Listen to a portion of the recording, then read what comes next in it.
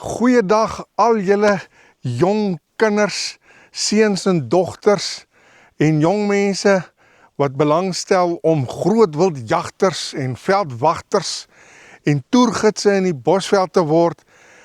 Dis weer tyd vir oupa Chaka in die Bosveld. En oupa Chaka het 'n interessante plant wat ek vir julle wil wys vandag. Ons is hier in die Messina Bosveld en hier is 'n baie interessante plant.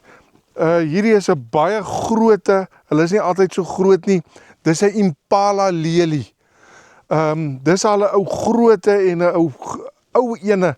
Hulle is baie maal sien julle net so groot.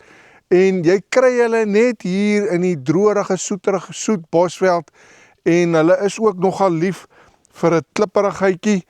En ek gaan vir Elisabeth vra om nader te stap vir julle die mooi blommetjies.